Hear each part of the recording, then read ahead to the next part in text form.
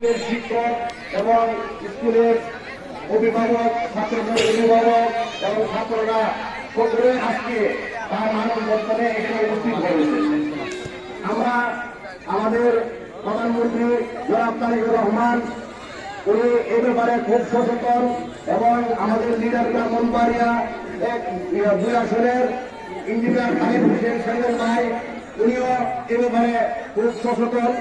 আশা করি এবং মিডিয়ার মাধ্যমে এবং প্রশাসনের যথেষ্ট আন্তরিকতার মাধ্যমে আমরা সেই ভূমিকে শনাক্ত করতে পেরেছি এবং আপনাদের সকলের আন্তরিকতার মাধ্যমে আমরা এই শনাক্ত করতে পেরেছি। সেজন্য আপনাদেরকে অনেক অনেক ধন্যবাদ এবং ধন্যবাদ জানাই আমাদের লিডার জনাব আমাদের এমপি ইঞ্জিনিয়ার খালেদ হোসেন শ্যামল ভাইকে।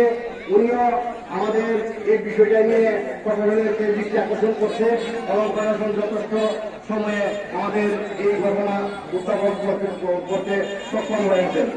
আমরা আশাবাদী এবং আমাদের প্রত্যেকেরই এই বিষয়টা নিয়ে আমাদের কোনো ধর্ম বা আমাদের কোনো ধর্ম নিরপেক্ষতার মধ্যে কোনো কিছু করি নেই। প্রত্যেকে আজকে আমার বাচ্চা এই ঘটনা হয়েছে, হারিয়েছে, আরেকদিন আপনার বাচ্চা হারিয়ে যাবে। আমরা চাই না যে একজন বাচ্চার অভিভাবক যারা তারা যাতে বাচ্চাদেরকে স্কুলে পাঠানোর পর নিশ্চিন্তে ঘুমাতে পারে এবং তাদের ভিতরে যেন কোনো বৈদিক কাজ না করে। আমরা এই ধরনের লোকদেরকে দৃষ্টান্তমূলক শাস্তি চাই, তার ফাঁসি চাই।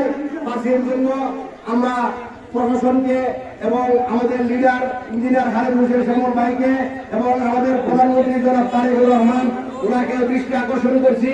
আপনারা আমাদের এই দৃষ্টান্তমূলক শাস্তি যদি অবিলম্বে কার্যকর হয় সেই জন্য আজকের এখানে হাজার হাজার মানুষে অবগত হয়েছে এবং হাজার হাজার মানুষ এখানে মানববন্ধনে অংশগ্রহণ করেছে।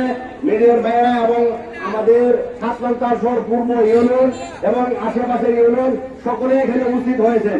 আমরা একটাই দাবি, তার কুলাঙ্গারের ফাঁসি চাই এবং তার সাথে যারা জড়িত আছে তাদেরকেও আইনের আওতায় আনা হোক এবং এই বিষয়ে যারা নিজে হেল্প করবে তার জন্য এবং তার পক্ষে যারা আইনজীবী দাঁড়াবে তাদেরকেও আমরা ইনশাল্লাহ আসামির কাজ করে দাঁড়াতে হবে।